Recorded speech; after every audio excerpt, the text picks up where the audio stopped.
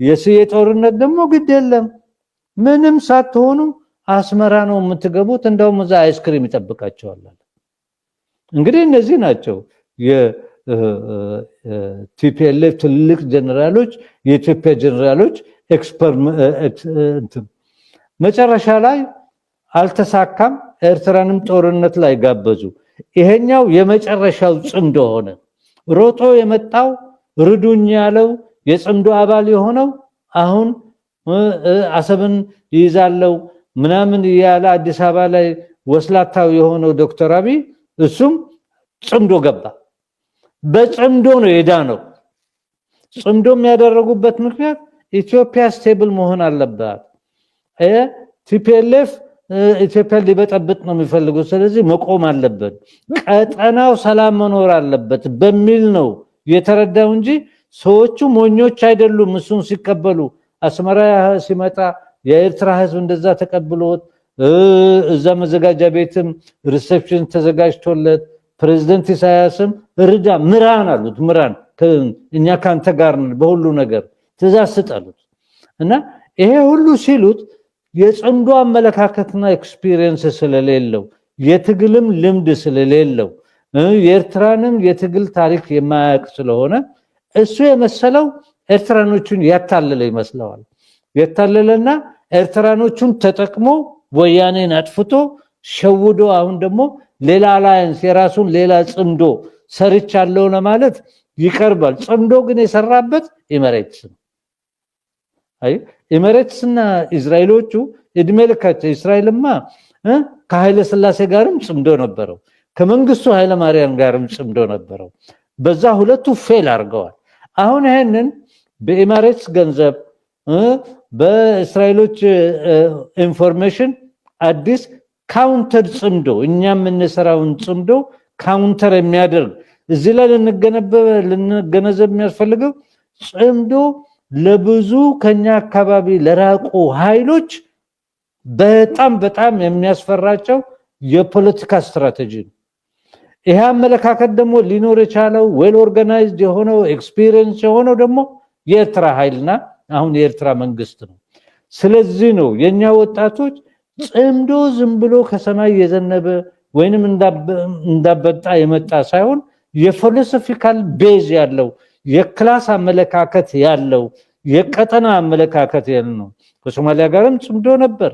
2018 ፈርማጆ አብይ ፕሬዝዳንት ኢሳያስ አስመራ ላይ የፈረሙት ይሄ በጣም ብዙ ክፍሎች እንዳንስማማ የሚፈልጉ አብረን እንዳንኖር የሚፈልጉ ቀጠናውን እየበጠበጡ ለሚኖሩ የሩቁም የቅርብም ኃይሎች ይሄንን ጽምዶ አይፈልጉም።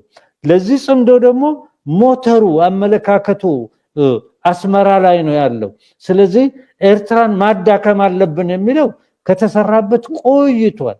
ፖል ሄንዝን ዶክመንት ስታነብ ስለዛ ነው የሚያወራው።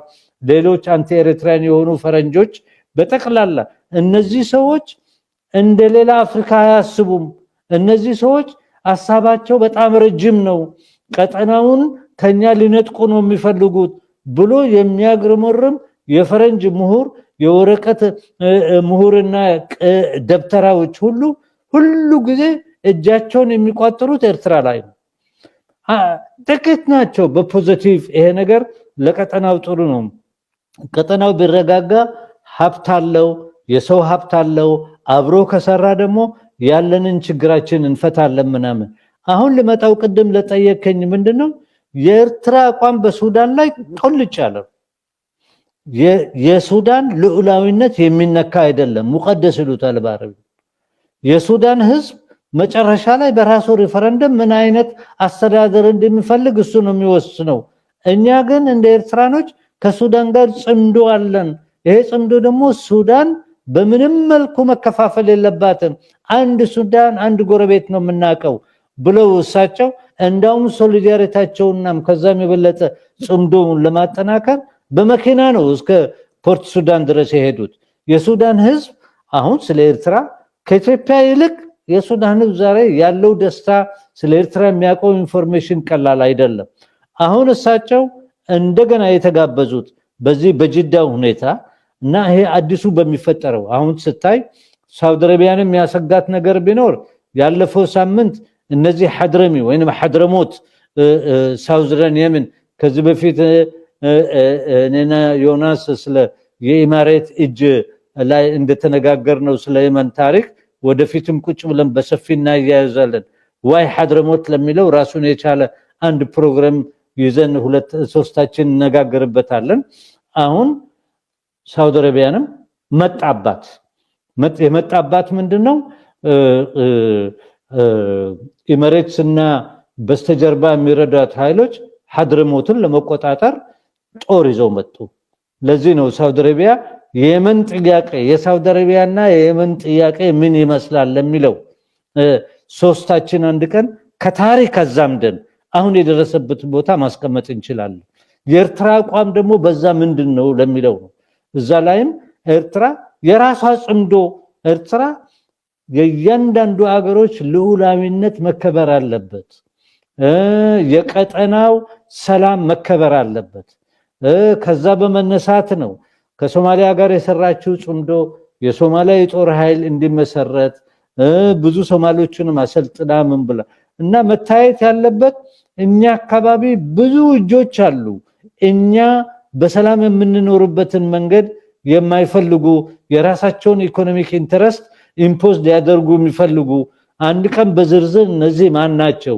ስማቸው ምን ይባላል አይዲዮሎጂያቸው ምንድነው ለምንድነው ቀጠናው ላይ ይሄን የሚሰሩ በሚል በተርታ እነዚህ ነገሮች እንትንላለን አሁን ያለው ጽምዶ ምንድነው ኤርትራ ሶማሊያ ግብጽም ራሷ ናሽናል ኢንተረስቷ አደጋ ላይ ወደቀ ምክንያቱም ዘግይታ እንትን ስትል በሊቢያ በኩል ተገብቶላት ይሄ መርሰነሪው ሀፍተር እንትን ብሏል የግብጽ ናሽናል ኢንተረስት አደጋ ላይ ገባ በጅማራ ጊዜ ዝም ብሎ ተኝቶ ነው አሁን እድሜለ ፕሬዝዳንት ኢሳያስ እዛ ብዙም ጊዜ ሄዶ አስረድቷቸው ንቁ እንደዚህ መቀጠል አትችሉም በዚህ ጽምዶ መግባት አለባቸው ዩናይትድ መጨረሻ ላይ ሲሲ ራሱ አስመራ እንዲመጣ ያደረጉት እና ንቃታቸው የግብጽ የፖለቲካል ክፍል ከርባታ መልበሱ አይደለም ንቃታቸው ሰፊ አይደለም ለምንድነው እንደዛ ሆኑ ለሚለው አንድ ጊዜ ደግሞ ግብጽ ከየት ወዴት በሚለው ፕሮግራም እንሰራለን የኛ ወጣቶች ይሄን ማወቅ አለባቸው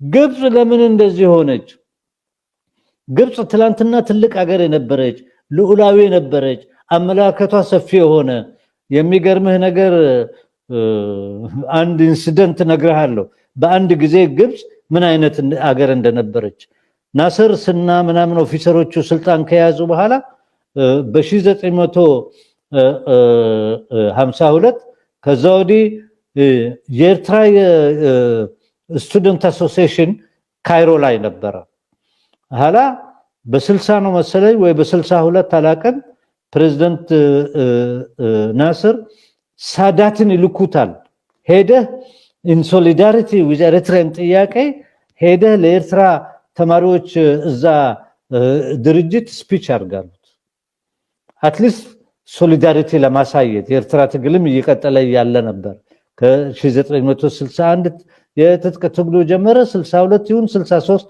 ሳዳት ሞቶ ንግግር አረገ በዛ ንግግር ምክንያት የኃይለ ሥላሴ መንግስት አረብ ይውጣ ከሀገራችን የሚል ካምፔን አረገ እኔ አቃለው የአባቴ ጓደኛ የሆኑ የመን ኦሪጂኖች ከዛ ጮህት በኋላ ቀስ ብሎ ንብራታቸውን ሽጠው ወደ ሀገራቸው ተመለሱ እና አረብ ይውጣ ከሀገራችን የሚል ትልቅ ሰላማዊ ሰልፍ ተካሂዶ ነበር እና ግብጽ ምን ትመስል ነበር ሞደርን ግብጽ ምንድነች የሷ የነበረው ጽምዶ ምንድነው የነበረው አስተዳደር ምንድነው ከዛ ወዲህ እንዴት እንደዚህ ሆነች እንዴት መንመና እዚህ ደረሰች ለሚለው ይሄ ለወጣቶቻችን ቀስ ብለን ሶስታችን ሆነን በታሪክ እናስመዘግባቸዋለን ሶማሊያ ለምን እዚህ ደረሰች ለሚለው ሶስታችን ከታሪክ አምጥተን ምንድነው ያፈረሳት ለሚለው ነው የኤርትራ ፖሊሲ ንቃት እና አመለካከት ፕሮግሬሲቭ መሆኑን ማወቅ የምንችለው ሱዳንንም ሶማሌንንም ግብጽንም በደንብ ስናነብ ነው እንደዛ አይነት አላስፈላጊ ፖሊሲ ላይ መውደቅ የለብንም በሰፊ ስላጠና ቀጠናዊ ጽምዶ ለሁሉም ህዝቦችና በአገር ውስጥም ላሉ ህዝቦች ሰላምና መፍትሄ ያመጣል የሚል የኢፒኤልኤፍ የቀመመው መድኃኒት አለ። አሁን ያለው ጽምዶ ራሱ ቲፒኤልኤፍ መንገድ ተከርካሶ ገብቷል። ለራሱ ሲል ዛሬ ምግብም ይላክላቸዋል። ሁለት ጦርነት ማካሄድ እንችላለን ብሎ የእብድ ፖሊሲ አምጥቶ ብዙ እብዶች አሉ እዛ አካባቢ እና አምጥቶ መስሎ ምን ሸሽቶ አሁን አሜሪካን ጋር ተደብቆ ቁጭ ብሏል ሰውየው። ለራሱም ለትግራይ ህዝብም አላሰበም፣ ለትግራይም አላሰበም፣ ለቀጠናውም አላሰበም። አሁን እንደው ኢንተርቪው ቢደረግ ምን እንደሚል አላውቅም። እና እነዚህ በጣም ባጭር ሰፊ ያለ ጽምዶ ደግሞ ያለ ህብረት ያለ አብሮ መስራት ምናምን ቀጠና ማስተካከል አይቻልም። ዳዊትና ዮናስ ምን ኢፒኤልኤፍ እኮ ነብይም አይደለም ኢየሱስም አይደለም ሰው ነው። እንደ ሰው ደግሞ ነው ያሰቡት። ቀጠናውን ስለሚያውቁ ለራሳቸው የሚፈልጉት ለሌሎች ህዝቦች እንዲሆን ነው የሚፈልጉት ያሉት። ካለቻቸውንም ጥቂት ከሰበሰባቸውም ሳንቲንም እንካፈላለን ያለ እንደተናገሩት ነው። አንድ ዳቦ ቢኖርንም እኛና ሱዳኖች ተካፍለን እንበላለን። እኛ ለነሱ የጽምዶ አንደኛው ምልክት እኛ ለነሱ የስደተኛ ካምፓን ሰራማል እና ኤንጂኦ መጥቶ እዚህ እንዲጫወትባቸው እኛ ደግሞ የኤንጂኦ ደላላ አንሆንም። ቤታችን ነው የሚኖሩት፣ እንረዳቸዋለን፣ ፋሲሊቲውን ሁሉ እንሰጣቸዋለን። እና ኢንተርቪው ማድረግ ነው። እዛ ያሉትን ሱዳኖች በየቀኑ ነው የሚበሩት። እኔ ከአስመራ ወደ ጅዳ ሲሄድ በጠቅላላ አውሮፕላኑ ፉል ኦፍ ሱዳኒስ ናቸው። አይከፍሉም የቪዛ ምንም። የሱዳን ፓስፖርት የኤርትራ ፓስፖርት ነው። ሱዳናዊ ፓስፖርትን ይዘህ ኤርፖርት ከመጣ የጾድምዶ አባል ነው። ቪዛም እዛ ነው የሚሰጥ። ኤርፖርት አትከፍልም የቪዛ። ይሄ ሁሉ ህዝቦች ልባቸውና አንጎላቸው አንድ መሆን አለበት። አንድ ነን፣ የአንድ አካባቢ ልጆች ነን። ባጭሩ የአንድ ትልቅ ማህፀን የቀጠናው ማህፀን ልጆች ነን ብሎ የሚያምን የፖለቲካ ስርዓት ኤርትራ ውስጥ አለ። ኦፍ ኮርስ ጓዶቻችን አንዳንድ ወጣቶችን የሚጠይቁኝ ጋሽ መሐመድ በብዙ ነገር የምትናገረው እንቀበላለን፣ እኛ ግን ብቻ ኤርትራኖች ለሁሉ እዚህ ላለው ችግር ታክስ መክፈል አለብን ወይ? ልጆቻችን መሞገድ አለብን ወይ? እቺ ጥያቄ ነው። እውነታችሁ ነው። ግን ያለ ጽምዶ መራመድ አንችልም። ሰልችቶን እጃችንን እንድንሰበስብ የሚያደርጉት የሚያስቀምጡት ችግሮች ጊዜያዊ ነው። እየተሰባሰብን በሰራን ቁጥር የህዝብ ኃይለኛ ነው። ምናልባት በኔ እድሜም ላላየው ይችላልው። እናንተ ግን ወጣቶች ናችሁ። ይሄንን እንደ ምሳሌ ተሸክማችሁ በራሳችሁ መሐከል ተነጋግራችሁ ሌሎቹንም የአካባቢ ሰዎች አግኝታችሁ ጽምዶ ምንድነው ለሚለው ዩናይትድ ፍሮንት ነው። እጅ በእጅ ተያይዘን አዲስ ቤት መገንባት አለብን የሚለው አመለካከት ነው። ከአወል ሰይድ ውጪ ይሄንን ለማስረዳት ለወንድሞቻችን ውስጥ ላላችሁም ውጭም ላላችሁም ለእህቶቻችን በቀላሉ ባጭሩ ጽምዶ ማለት ቀጠናዊ ነፃነት፣ አብረን መስራት። ይሄንን ሊቀበል ያልቻለ አገሩ ላይ የሚያደርሰው አሁን ኢትዮጵያ ውስጥ ስርዓት የሚባል ነገር የለም፣ እየፈረሰ ነው ያለው። ይሄ ስርዓት ተዳክሞ ቅርብ ቀን ከሁለት ቀን በፊት ዶክተር መልኬሳ ሲናገር ኢትዮጵያ ውስጥ መንግስት የለም ማለት ዘረፋና ግድያ ነው ያለው። እኛ በጽምዶው ትልቅ ረብሻ እንዲነሳ አንፈልግም እና ቀጠናችን ለሚቀጥለው 100 years አውሮፓ እንደሚሉት ጦርነትም እንዲመጣብን አንፈልግም። እነዚህ ህዝቦችም ቪክቲም ሆኖ ተራ የሚገዳደሉበት ምንም ምክንያት የለም። የፖለቲካ ስርዓት የፖለቲካ አመለካከቱ ነው እንዲገዳደሉ ያረጋቸው። ይሄንን የፖለቲካ አመለካከት ጽምዶውን ምናሰፋበት በተለይ እዚህ ላይ አፒል ማደርገው ሞላው ነቃው ለምለው የትግራይ ሰው ይሄንን ጽምዶ አጠናክረ ካለፈው ስህተትህ ተምረ ኮሬክት አድርገ አሁን ተመለሰ የአብይ አሽከር ከመሆን ኩሩ ሆነ ከጎረቤቶችህም ከሌሎችም ኢትዮጵያኖች ጋር አንድ ላይ ጽምዶ ፈጥረ ለአዲሱ ትግልና ለነጻነትህ ቁም። ደሴም ፋን ነው።